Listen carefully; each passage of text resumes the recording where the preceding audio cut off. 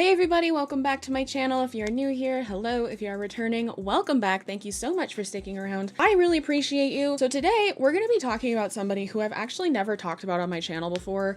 And it's honestly kind of surprising I've never talked about her on my channel because I have been following her casually for a really long time. And today we're going to be talking about Abbey Sharp. I'll get into who Abbey Sharp is in a little bit. Long and short of it, she is a dietitian who gained popularity on YouTube for reviewing what I eat in a day, is calling out a lot of problematic things that came with like diet culture and things like that as social media has become a bigger thing.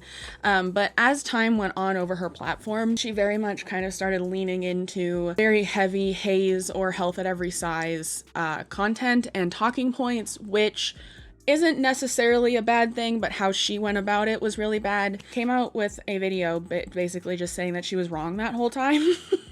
And I have a lot of thoughts and opinions on how she went about talking about that. And yeah, so that's what we're going to be doing today. It's going to be a reaction because there's a lot to unpack, and I find my spicy brain just does better when I just go like line for line watching it with you. And so that's what we're going to be doing today. So it's a 23-minute long video, and so that means this reaction is probably going to be pretty long.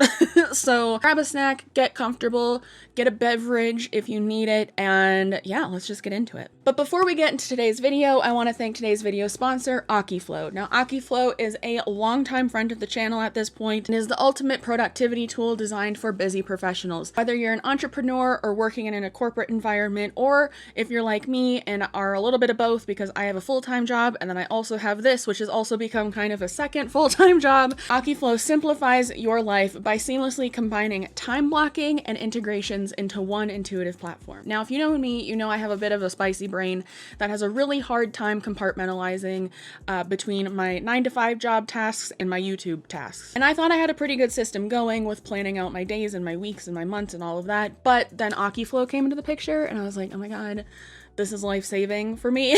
Akiflow simplifies time management by allowing users to block time directly on their calendar, which helps improve focus and minimize procrastination, which is a huge issue for your girl. Universal Inbox is so cool and probably my favorite feature. And when I'm talking to people in my personal life about Akiflow, the one thing that I highlight all the time, because what it does, it will collect tasks from all your different email inboxes on platforms like Gmail, Asana, Slack, whatever, and put them all in one place for you to organize and block out yourself. And the AI Copilot truly is a copilot because it will learn your user habits and make intelligent suggestions and auto-assign tasks based on your individual preferences. The stats feature is also really cool because it gives very detailed insights into your productivity and your workflow, including how much time you have spent on tasks and different projects. This really helps identify areas of improvement and track progress over time, making sure that you're working as efficiently as possible. Overall, as someone who takes so much time planning my days and weeks, planning those tasks becomes a task in itself, Akiflow has made my life so much easier and I cannot recommend it enough. If you want to check it out for yourself, be sure to use the link down below in my description to enhance your own productivity. Thank you so much to Akiflow for continuing to be a sponsor on this channel, and as always, thank you so much to you guys for continuing to interact with my content on my channel so that brands like Akiflow want to keep working with me. Okay, now let's get back into the video. So if you don't know who Abbey Sharp is, she is a registered dietitian here on YouTube, and she first came onto like my radar in like 2020 during lockdown and all of that. And I really, honestly, I know I said in the beginning that I've kept up with her like casually throughout the years, but in the beginning there, I really resonated with her content because she claimed to fame during that time, reacting to TikToks of like wellness girlies, wellness influencers, and things like that, and kind of picking their what I eat in a day videos apart for promoting like pretty harmful diet culture stereotypes, which I think was needed during that time because a lot of wellness girlies kind of popped off during that time on TikTok and were spreading like very harmful diet ideas, at least in my opinion. And at the time, I was at the lowest I think I'd ever been after my weight loss surgery, and I was very lost when it came to my nutrition and things like that because I had moved away from my clinic in Michigan. I was in Colorado, and so I didn't really have like a lot of resources available to me at the time, and I was restricting way too much at that point in my life, and I really admired Abby's approach to critiquing what was being said on social media about certain diet culture things. And so I really liked her. I have her cookbook actually, and from that around that time as well. And yeah, I really liked Abbey for a really long time, but where she kind of started losing me was when she started talking about HAES or health at every size, which I don't think it's necessarily a bad thing for a dietitian to be like pretty weight neutral, but the way that Abbey started talking about diet and HAES and everything like that, it really made it seem like she really made it seem like intentional weight loss was like a bad thing. Like no matter who wanted to do it, like intentional weight loss was just a bad thing to do. So she started losing me there, and she kind of went off the deep end with that, in my personal opinion. And as she really started getting into that whole narrative, I started noticing that a lot of the things that she was saying and a lot of the talking points she was saying really parroted the things that I didn't agree with in like fat activism TikToks and things like that. As she started getting deeper and deeper into that as well in her content, I found that her attitude towards the people that she was critiquing shifted from like a constructive critique. A lot of it was like, hey girl, like I know where you're coming from. I've been there too. But hey, this might not be the best way to go about it, to this is just stupid. Why are you doing this? To me, it was also, it didn't really matter even if what the person was eating or doing. I did not like that aspect of things either. And also she really preached intuitive eating. And intuitive eating is something I haven't really talked a lot about on my channel because it's something that I think can work for some people, but if you've never been fat and if you've never been a person that has a brain that just cannot do intuitive eating, then I can understand that it would be really hard to like comprehend that like other people can't do intuitive eating. And my brain is not one that can do intuitive eating. Abbey almost preached that it was like the only way to go about diet and exercise and nutrition and things like that. And when I came to terms with the fact that, oh, this just doesn't work for me when it came to intuitive eating, then I kind of started again just distancing myself from Abbey and her content and her messaging. But why we are talking about her today is because a couple days ago, she came out with a video that said, I was wrong and how I've changed. And in parentheses, it says, Ozempic, HAES, intuitive eating, and more. I watched this video through once before, and I'm doing it as a reaction because there's just like so much to cover that I feel like it would just be better for my brain to stay on topic if we just went point for point, whatever. I will say she kind of breaks this up into sections, and some of the sections are shorter. So like I might just let the section play through and then give my commentary, or I might pause depending on what I'm feeling. But I'm just saying, if it seems like I'm letting it play for a long period of time, just no commentary is coming. I'm just letting the section be done. So yeah, that's all I have to yap about before we get into this whole reaction. So let's just get into it. Yep, I've changed. So allow me to reintroduce myself. Hey everyone, I'm Abbey Sharp. Welcome back to Abbey's Kitchen, outside my kitchen, because we're going to do a little real talk today. But I have been a content creator for over a decade and a dietitian for even longer. And currently, as of 2025, I've posted a whopping 725 videos. And that is just on YouTube. I've also posted thousands of pieces of content across TikTok, Instagram, my blog, and now my podcast, Bite Back, and I have been interviewed or written for hundreds of media outlets. My loyal subbies who have been here since day one have really seen me grow from like a hopeful 27-year-old filming cooking hacks in her kitchen with bright red lipstick and cute aprons to a mom of two and full-time entrepreneur. And for that, I am really, truly so grateful. Thank you so much for your continued support. But I also know I've got a ton of new faces here as well, which means it's time for a reintroduction. And not just a reintroduction, but really a reminder of what I stand for. I think framing this as a reintroduction is immediately where this video goes wrong. Just with what I know, like, comes after this, I really think that framing this as a reintroduction is where the problem lies. Because it's really a rebrand, like a complete rebrand of everything she has been saying for the past, like, few-ish, maybe 5 years. With the context of she's making this video for her new viewers, that's kind of shady to me because it just, like, this isn't a reintroduction. This is her completely changing, like, everything that she believes in online. And I am the first to say, okay, because I have said it myself many times about my own content, that it is okay to change your mind on certain things. It's really fine as a content creator, totally fine thing to do. My battery's gonna die. Give me 1 second. But like I was saying, totally okay thing to, like, change your mind as a content creator online. I think it's admirable, honestly, if it happens and you're open about it, because it just makes me think, especially if it's a content creator that I watch, that that person is human. And I really like that. Where I take an issue with Abbey doing this and how she does it in this video is that she is a registered dietitian. She used that authority, and she uses that authority on her channel, which she should, right? But she said it, she did it to spread objectively just false information. Also shame other people for certain decisions that they were making about their body, and that comes into play with things like Ozempic and things like that, which we'll get into. For me, and we'll get into the whole thing again, to me, this whole video, like, just smells of Haze isn't as popular as it once was because people are finding out that a lot of it is wrong. And I need to stay in trend to keep making money online. And so I'm going to flip my view on everything. So it's kind of like, what was the truth? And we'll get into that because she starts talking about niches. But yeah, so I have no issue, just first and foremost, with people changing their mind about certain things they've said on their platform in the past.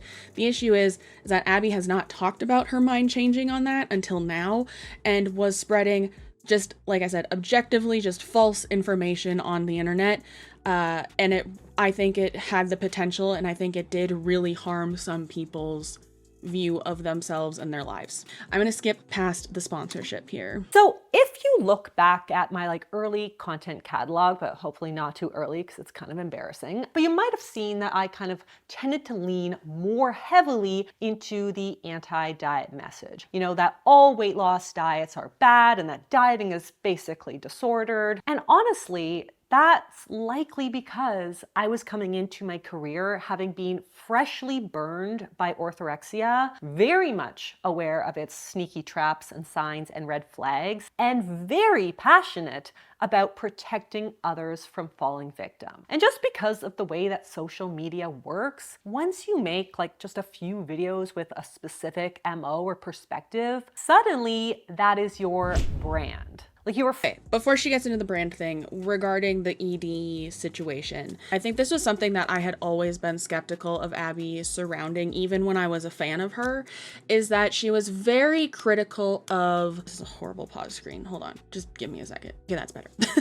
When she started talking about, like, intentional weight loss dieting being all harmful and just disordered and all of that, I was like, you have never lived in a bigger body. And I know I hate when people say, like, because bodies are people, like, you are your body, whatever. You have literally never lived in a bigger body. And she's very open about her struggles with being underweight and restriction and things like that. But when she started talking about, like I said, again, intentional weight loss and the dieting and nutrition that surrounds it being inherently disordered, I was like, you don't know what it feels like to have that amount of extra weight on your body that you might want to lose.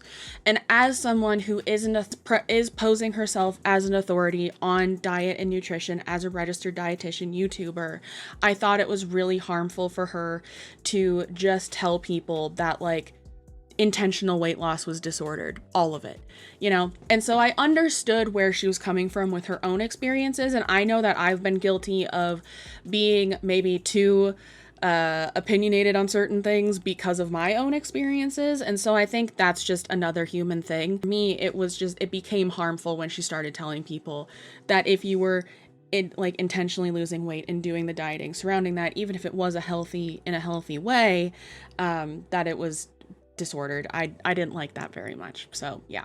Specific MO or perspective, suddenly that is your brand. Like you were forced to niche down into a box, and therefore any nuance gets very quickly snuffed out. Thankfully, I am no longer new to the rodeo. At 37, I have had almost 20 years of separation from my ED days, and I have opened myself up to a wide range of perspectives from every corner of the scientific community. I have worked really hard at listening and understanding the root of a particular approach or recommendation before just shutting it down as BS, simply because it doesn't align with my experience or my previous bias. But that shift can be kind of hard for viewers and fans when we have all learned to see content creators not as people, but as brands with just one predictable beat. And that means that a lot of my old content doesn't always align completely with what I say now. Which is fine. Like, I've said some things in previous videos that I don't necessarily agree with now, and just like growing as a person does that, you know. Blaming all of this on it being against your brand is wild to me, because I do understand the concept of niching down. Obviously, I'm a YouTuber too. I understand that concept, and I understand that it might be scary or like detrimental to your, like, maybe your income for a while to start saying things that go against it. But at the same time, as someone who, and I'm not saying this to put me above Abbey or anything like that, but as someone who gets a lot of praise from my audience and from people who find me for the level of nuance that I manage to keep when I talk about things I don't agree with, like fat activism and things like that. Having a predictable beat or a predictable MO and having nuance are not mutually exclusive. And I think that Abbey lost because she used to have nuance, at least as what from what I can remember. If I'm remembering incorrectly, then that's on me. But from when I first found her content, I remember her having quite a bit of nuance, and that's why I liked her. But she lost it completely over time when she started preaching haze and anti-weight loss and all of that kind of stuff. I think that felt very deliberate to me, was her just going full throttle into haze, health at every size, fat activism, things like that. And this also feels very intentional, this switch. Like I said, I really think that this whole video just reeks of, oh, haze actually is becoming less popular of a viewpoint because a lot of people who preached it are being proven wrong by science and by their own experiences. And so I need to jump ship and change my brand so that I don't lose everything. Which I don't think there's anything wrong with changing your brand and to keep up with how the internet is moving. But when it has to do with your core values and the fact that you are spreading misinformation online about dieting and nutrition, that's where the issue lies. So I'm way more committed to being a good science communicator than a predictable content creator. And to do that, I've really had to soften my messaging to allow for much needed nuance and consideration. So today I really want to set the record straight and spill the tea on what I really think on topics like weight loss, Ozempic, health at every size, supplements, and so much more.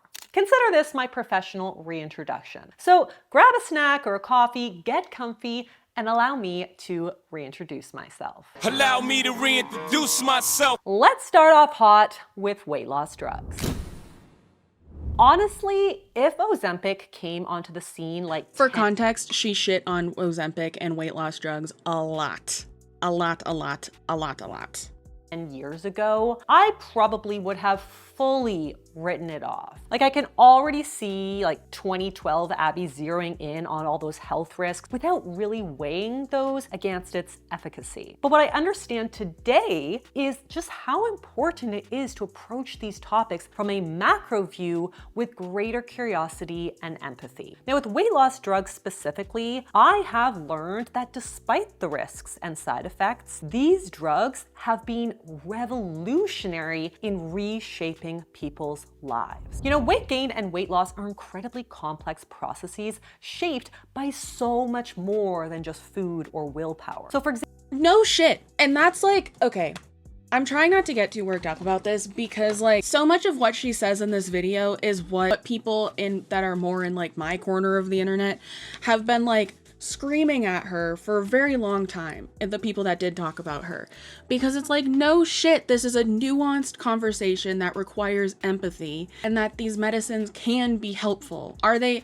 harmful in some ways? Yes, but are they also changing people's lives? Yeah. Big time. And as a registered dietitian, as what I consider to be a medical professional, I think it was very irresponsible for her to just ignore the nuance that came with the conversation of GLP-1s and weight loss medications, just immediately start criticizing them because she was such a like anti-intentional weight loss creator. I don't have a degree in all of this, and I do have my lived experiences though, and it is extremely nuanced. And yeah, let's just keep going. Example, genes or genetics can actually impact dopamine reward pathways and how intensely we react to food. Oh my which God. When combined with a hyper-palatable food environment plus socioeconomic factors, it can make sustainable weight loss feel virtually impossible. Wow. So GLP-1s work not just by stabilizing blood sugars, which does have an effect on weight management, but also by quieting the food noise that makes weight loss or even weight maintenance so damn hard. So from my perspective, I do see how drugs like these can actually give folks the mental space to fill with other acts of self-care and health-promoting activities because they are no longer hardwired to just think about food. That has got to be so freeing. Now, obviously, with all that said, just because I see value in GLP-1s for a certain demographic doesn't mean I think that they are for everyone to be using. There are very brutal side effects and risks. They absolutely can be misused. And when weight loss can be commodified, it does further stigmatize those who don't hop on board. And we saw many of these things firsthand in my Ozempic Diaries series, where I followed a real life experience with Ozempic.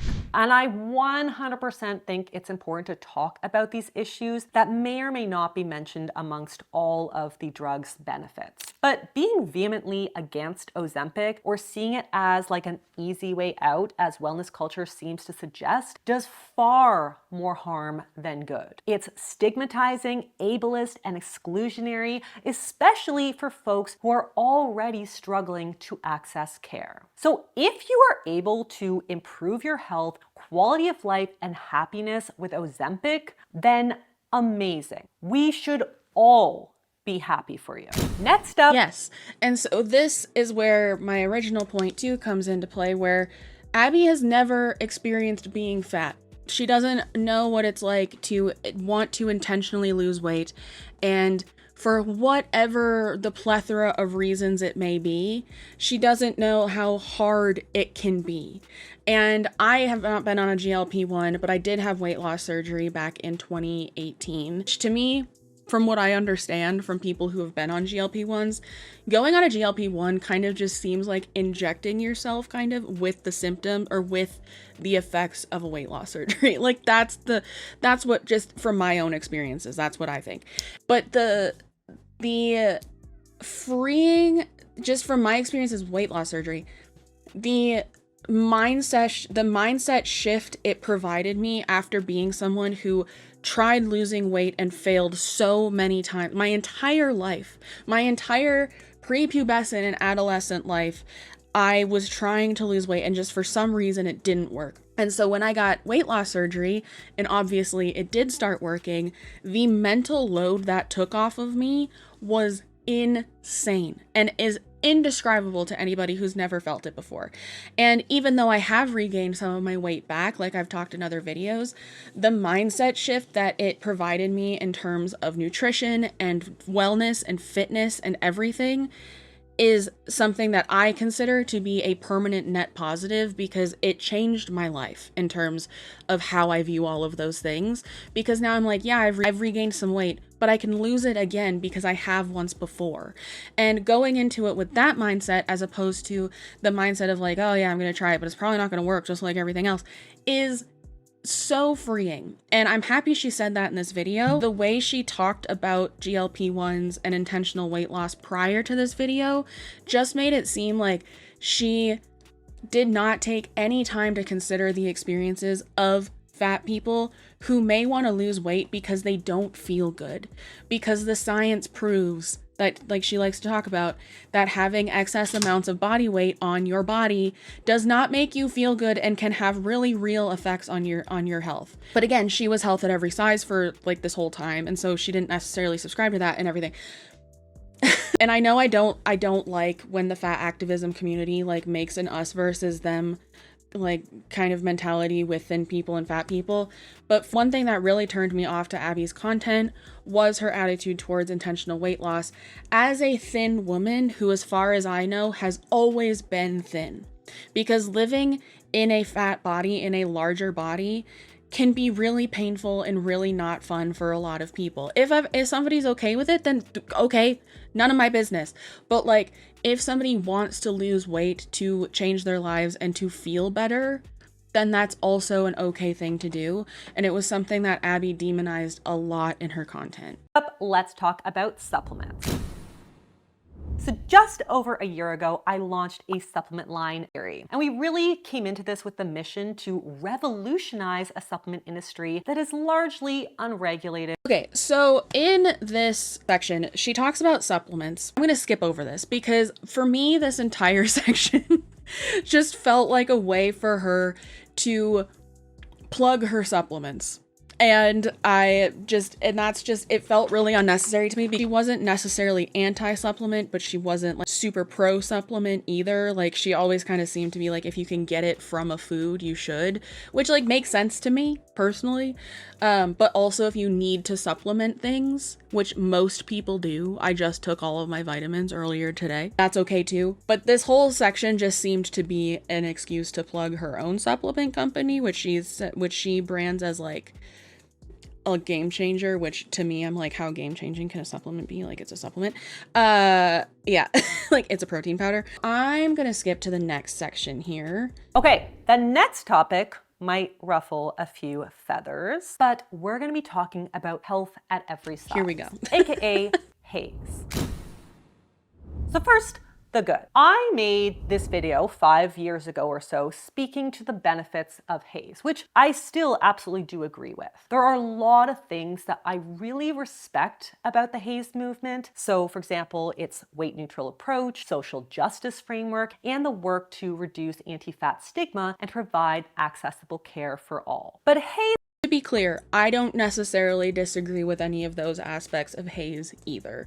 Maybe the weight neutrality aspect of it gets out of hand, but like the promoting accessible healthcare and just like the more political aspects of it, I don't necessarily disagree with. It's kind of like how with fat activism and things, there are things that I agree with in fat activism as well. There are things I can agree with haze as well, but I just think it's been taken way out of context. And also the doctor who wrote it wound up not being a very credible person as far as I am aware. So yeah.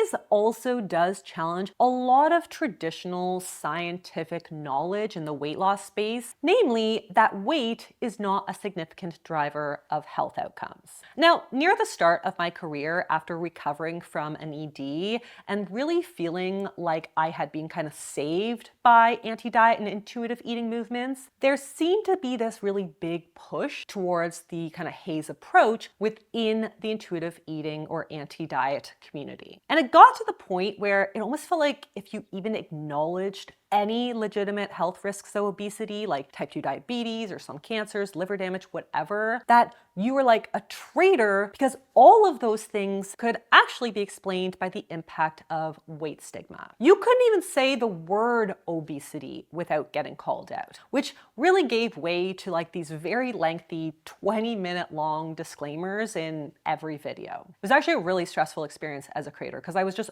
always worried about offending someone. But today, my perspective is a lot more nuanced. As I often say now, I support body autonomy. And I want to... Okay, so I just want to talk about this for a second. I think it's really interesting that she phrased it this way, that like, I agree with certain aspects of Hayes, but then it kind of got out of hand and out of control. Like if you said certain things, people were like, whoa, that's offensive. And I think, and that's a big reason why I make the content that I do about fat activism, because I feel, and body positivity and all of that jazz, because I really feel like it operates the same way in that they kind of like lure you in with talking points and things that like you agree with and like any decent person would agree with. And then they start like sprinkling in more harmful things and start making like calling obese like a slur. So it seems like, and I'm not taking blame off of Abbey here because she really took it and she ran with it. And like I said, in my mind, she is a medical professional saying these things. It's not just some random person on TikTok. It seems like Abbey kind of experienced the same thing with Hayes. And I get DM on DM on DM on DM on DM on Instagram and other places saying that it was the same kind of slippery slope for a lot of other people. And so I just think it was interesting that she framed it this way because it seems like a very common experience. And it's not necessarily one that I can fault Abbey for like going down, but with her science knowledge and everything, I feel like now that she's coming out with this video, to me, it reads as, oh, I just ignored what I knew about science, saw that Hayes and fat activism and body, which she never talked about fat activism, but Hayes and fat activism to me kind of are like hand in hand, like are popular online right now. And I don't want to offend anybody in my content, even if science says what they are saying is incorrect. So I'm going to spread misinformation online to vulnerable people who are coming to my content for nutrition advice, which is one of the most vulnerable subjects for a lot of people, namely women, who I was a betting woman would say is the majority of Abbey's audience. And that is where the issue with this whole video for me lies.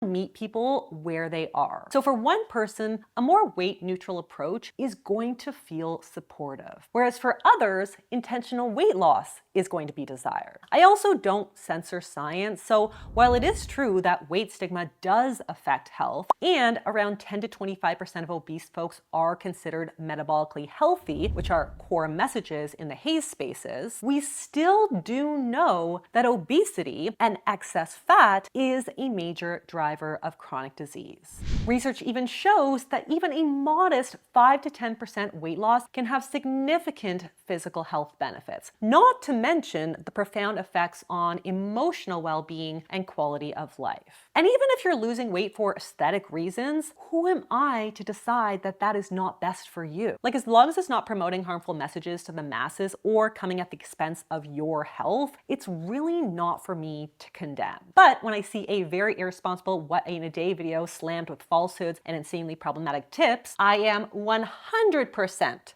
always going to take it down. Bottom line, I do think that two things can be true. We can fight for systemic change, kindness, and accommodations towards larger body folks, and we can fight for better solutions and treatments if people do seek weight loss as a way to improve their quality of life. So that's really where I'm at when it comes to weight loss today. Okay, moving on. For her to even have to say that that's where she's at, because in her other content, she has said things that go directly against that, as a registered dietitian, is insane to me. To me, this should just be a common thing amongst registered or amongst dietitians, amongst RDs, you know? And like, obviously there's going to be outliers. I just don't think this should be something that you have to like preach as your platform as a registered dietitian, personally, in my opinion. I know that certain dietitians are for certain things, and I totally understand that, but like, I don't know. But also, again, this doesn't undo the damage that she has done, in my opinion, to the people that have watched her who maybe wanted to lose weight and then were told by her that all intentional weight loss comes from a disordered place. And now she's saying, actually, it's okay if it works for you, so long as it's not hurting you or other people. Because that's just common sense to me. Like, that's what I've been talking about on my channel since it started, pretty much. And like, this message that she said she now has, I completely agree with, and is what I've been saying on my channel forever. And so it's just frustrating that she said things that were so the opposite of this, and now it's just like, oops, just kidding. I cherry picked certain science to like pander to a certain audience, and now I'm actually looking at all of the science and finding out that nuance matters. I don't know. Wild work to me personally. I don't know. Also, I'm waiting for my period to start, so if I'm a little bit bitchier in this video, I apologize, but it's just, sometimes I can't help it. To a related topic, intuitive eating. I have made a lot of intuitive eating content because it's really an evidence-based framework that has been truly life-changing for me and also so many others. But in my early days, again, when I was probably a lot more caught up in kind of the more strict anti-diet haze community, I think I likely presented intuitive eating as something that everyone should be able to do because it's an innate skill. And she did. It wasn't she might have, she did. That was probably unfair. So like when it people was unfair and also untrue. So would say to me, well, that doesn't work for me, I would default to the commonly cited explanation that it's because you're still stuck in diet mentality. So if you want to learn to eat intuitively, you have to stop wanting to lose weight. So this, of course, means that while intuitive eating is often idealized, it's by nature. So just as someone who makes content, I think it's kind of insane too that this is buried like in the last like third of this video, because I think for me personally, her stance on intuitive eating and people who didn't believe in it was one of the more harmful things that she started talking about, and is what kind of made me be like, maybe not, after I realized that intuitive eating didn't work for my brain. I think this personally should have been one of the first things she talked about because it was such a big part of her content, and she had very strong opinions on intuitive eating and people who said they couldn't do it. And yeah, so that's just a little aside that I wanted to put in here. Very exclusionary. Like, it may be innate in a vacuum, but out in the real world, it actually requires specific physical, psychological, and environmental conditions that just aren't accessible to everyone. Not only does it alienate folks who do desire weight loss, but it may also just not be appropriate or possible for folks who are neurodivergent, managing an active eating disorder, have trauma history, are food insecure, or are taking medications or have health conditions that mess with normal appetite signaling. And I'm really just scratching the surface. I now have a much more moderate approach to intuitive eating. Like, I really do think that all of the tenets can be incredibly helpful, but you don't need to subscribe to all of them to get value. Now, that's not to say that we should like pick and choose the principles to the point where we are fully representing its values and calling it intuitive eating. Like, I do truly cringe when I see wellness influencers share their 1,200 calorie weight loss diet and hashtag it intuitive eating, because that is co-opting an actual evidence-based framework. So that's why when I'm not talking about the intuitive eating framework as it was originally conceptualized in its entirety, I prefer to use terms like food freedom and body kindness, because I think we can make choices that support our goals in a way that still feels freeing, which is exactly the objective of my signature method, the hunger crushing combo. Now, it was, for me, I started realizing that intuitive eating just didn't work for me because my intuition was fucked up. As someone who has just dealt with issues with food my entire life, my intuition is gonna tell me I want to eat a whole pack of Oreos, all right? And I started realizing when I realized it wasn't going to work for me when I just came to terms with like how my brain worked surrounding food. But then it was really set in stone when I got diagnosed officially with OCD and found out that my OCD presents a lot like ADHD. And so therefore I am on Adderall, or like Adderall's cousin for it. And I realized how much that medicine made my food noise just disappear. And I was like, oh, this is also probably why intuitive eating never worked for me, because my brain was going haywire all the time. And now I feel like with my mental health and all of that being treated, I do feel like I have found a better place of like balance when it comes to healthy foods and unhealthy foods in my life, because I do think that balance is key to a sustainable weight loss plan. Like, I think you need to eat things that are also just like make your brain tingly and make you happy. I think you need those in your diet, like in moderation, just to not lose your mind. You know what I mean? And to like still enjoy life, because food is a very cultural, enjoyable thing for pretty much everybody. And so like you don't need to cut everything out all the time, or else you're gonna lose your mind. But I think the issue with the way that Abby started talking about intuitive eating on her channel was like, if you can't do intuitive eating, it means you are still stuck in diet culture, and like all dieting is bad, and intentional weight loss dieting is disordered, and all of that kind of stuff. But she wrapped all of those talking points around how she presented intuitive eating. And so I think it really just was like a mind fuck for a lot of people, for lack of a better term. And like I said in the beginning, it's not bad. It's not a bad thing to change your mind on things that you have talked about in the past, but this was like almost her whole platform. And she influenced a lot of people, and she has a very large platform. And for me, this whole video just isn't taking enough responsibility. The next bit she talks about is alternative sciences, and we'll get through this, and then I'm gonna give my opinions on like this whole video. There's just some things that I want to talk about, just wrapping it all up. Let's move on to my views on alternative medicine or fringe diets, or really any approach that isn't really backed up by science. In the past, I would be really, really quick to dismiss anything without hard evidence as quackery. Unfortunately, it is kind of the way that a lot of us healthcare professionals have been trained, because we follow a biomedical approach. But the problem with strictly following a 100% biomedical approach is you lose a lot of people and a lot of valuable practices in the process. Okay, I'll be honest, I oftentimes dismiss a lot of like fringe dieting, alternative medicine stuff, okay? Because a lot of it just does not work. But also, even if it is like placebo, if it's making you feel better, it's making you feel better. You know what I mean? But with her using her biomedical approach as her defense for not believing a lot of like fringe stuff, it's weird to me, because if she was really in that biomedical mindset, she would never have fallen into haze in the first place. And so I'm just getting the vibe that I just feel like Abby has been very confused for a very long time about her views on all of this.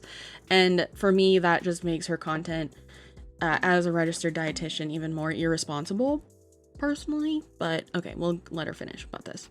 Absence of evidence doesn't necessarily mean that something is BS. It just means it hasn't been studied yet. And there are a lot of factors that influence research. Research is often funded and prioritized by what the dominant scientific community deems relevant or interesting, or what they can make money off of, which means sometimes it can take years before a traditional practice or a natural practice that has been used for centuries is even looked at for efficacy. But that should not automatically discount its validity. Just take lemon water, for example. I used to be so fed up seeing all these influencers making these outlandish claims about lemon water detoxing you or causing weight loss, or I would just roll my eyes and say that's BS. But I've since learned, and trying to hone some skills here, that when you flat out dismiss someone's beliefs or lived experience, they are going to tune out everything you have to say. It's not people-centered, it's not respectful,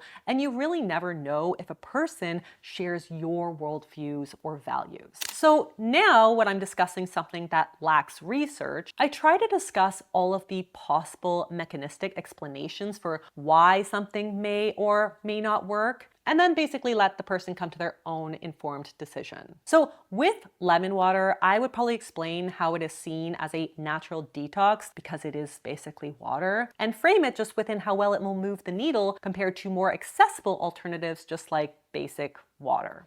Now, it's important to note that there's a very big difference between alternative practices or products that are unlikely to do much other than waste your money and those that have the potential to harm, especially when they displace evidence-based treatments. And as a healthcare professional, my duty is to call out the grifters and make you aware of those very real risks. So while I am not against alternative medical practices, and I actually support many of them and believe in many of them and use many of them myself, you can absolutely still count on me to call out the raw milk or eating full sticks of butter or using celery juice to cure cancer. I assure you folks, there still must be a line. Now, last but not least, I want to talk a little about my attitude throughout the year. Just with the alternative stuff and her kind of like going back on that, this might be a wild leap, and I recognize that, okay? And I also recognize that I am American and I'm probably way more sensitive to this right now. But at the same time that I feel like she's kind of jumping ship on haze because it's not as trendy anymore, at the same time that I feel like she's jumping ship because a lot of people are questioning it or just finding out that it's flat out incorrect for a lot of people, part of me feels like, and this is just me, like I said, could be a huge leap, her going back on alternative medicines and just like fringe things also feels weirdly like she's going in the direction of certain people we have in office right now, who are not medical professionals, who are making health decisions for the entire country, and how now that a lot of the crunchy granola moms who don't believe in science are now being vindicated because this person is part of our administration, even though science just goes directly against everything he says.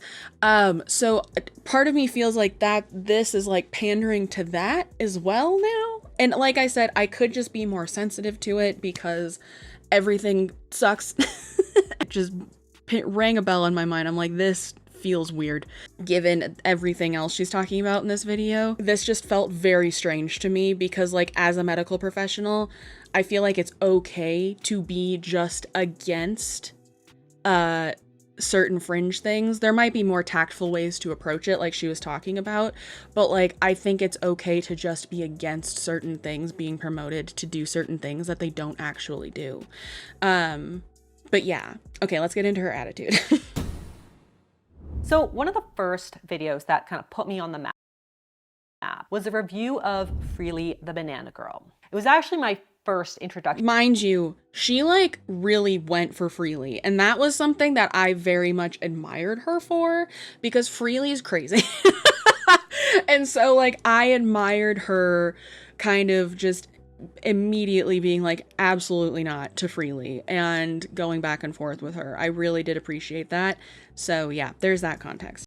To like the What I Eat in a Day format that everyone kind of knows and loves. For that, I was mainly doing recipe videos and like nutrition hacks. But I had so many people messaging me about her videos, and these were really young, like 13-year-old girls telling me that they had been trying to eat her incredibly restrictive raw vegan diet because she's beautiful and she's thin. She credits her diet to that, but they had become so physically and psychologically sick from all of her suggestions and tips. So when I watched it as a fresh orthorexia recovery, I was truly enraged. And people ate it up. Now, when I watched that video back, frankly, I'm a little bit embarrassed because I was a total and I own that. And unfortunately, as I alluded to earlier, the internet loves when people take a hard stand. So like snarky No BS Abbey got big views. It's the same reason why this reaction to Gwyneth Paltrow's diet was my most viewed video in 2023. I get emotional and angry, and like people will click on it because they feel the same way. It wasn't that I've been intentionally snarky or acting out emotions I didn't feel, but obviously this did encourage me to kind of play up this persona for a very long time. But here's the truth. Anyone who knows me in real life can agree that I am a true empath. I am overly sensitive and I try really, really hard not to rock the boat. All of these people perpetuating diet culture are victims of the cycle themselves. And that means they deserve to be treated with empathy and respect. It doesn't mean that they shouldn't be held accountable and corrected, because they absolutely should, especially because there are so many young people who are taking their advice. But my intention is never to shame them on a personal level. And as I've grown and found my voice, I've really tried to express that in my content. Science and sass will always be my thing, but I never want my sassiness to mislabel me as a mean girl. And I think you'll continue to see that supportiveness in my content to come, especially over on my podcast Bite Back, where I have a lot more wiggle room to express nuance over just clickbait. And with that, folks, we have reached the end of the video. It felt like a little bit of a trip down memory lane for me to revisit like all my old videos and content. A little bit cringy, a little bit sad that I don't have my 20-year-old skin anymore. But if anything, it's really reminded me to be proud of both my personal and my professional growth over the years. Yes, I've been a dietitian for over a decade, but really, like with any professional, those have been very valuable years of maturing, growth, and confidence as I've found my footing and truly honed in on my message. And with that growth has also come with a deeper sense of responsibility to share information, acknowledge nuance, and to show up with empathy. So if you're an OG, thank you guys so much for sticking around. And if you are new here, I am really, really, really glad to have you. There's some really exciting things coming down the pipeline soon. And if you want to learn more science-backed nutrition, I highly suggest checking out my podcast. So with the section regarding her attitude, I do commend her for being like, hey, maybe I was a little bit too bitchy and didn't allow for enough nuance, because I think a lot of us are guilty of that. I know I have been in the past, okay? But I think she's kind of apologizing to some of the wrong people. and that goes to my feelings on this video as a whole. I'm going to take these off because it's really hot. It's not an apology, and I feel like it should be. I feel like she didn't take enough accountability in this video for the harmful narratives that she spread, the misinformation that she spread as a medical professional surrounding intentional weight loss, health at every size, and intuitive eating. I think people like Freely the Banana Girl need to be called out on their bullshit, okay? Because she is also abrasive and also very much my way or the highway, which is very harmful, okay? But the fact of the matter is Freely the Banana Girl is not a medical professional. Abbey is, and has used that as an authority online her entire, as far as I know, like her entire career, like she was talking about. And so I feel like she owes more of an apology and more addressing of her attitude towards the people that she was telling that intentional weight loss was inherently disordered and was inherently bad, and that if you couldn't do intuitive eating, that you were still stuck in diet culture. Like she said, ignoring all of the other factors that could go into not being able to do intuitive eating. Because I feel like also not being able to do intuitive eating, the way she posed like why and being still stuck in diet culture, insinuated that there was something wrong with you. And that's not like healthy to spread either. Diet and nutrition and stuff for a lot of people and how they view food is such a intimate, personal journey, and I felt like a lot of that nuance was just not in a lot of her content. After I watched this, I was like, wow, she didn't take accountability for anything. She was just like, wow, this is just how I feel now. But I feel like as a medical professional, she does owe her OG viewers and people and other people that she has influenced to think certain things about HAES and about intentional weight loss and stuff. I think she owes them a much bigger apology than this video provided. And while, like I said, I can commend her for coming online and being like, hey, I was wrong, because saying that takes a lot of courage, especially on the size platform that she has. I think there needed to be more of an apology in it as well.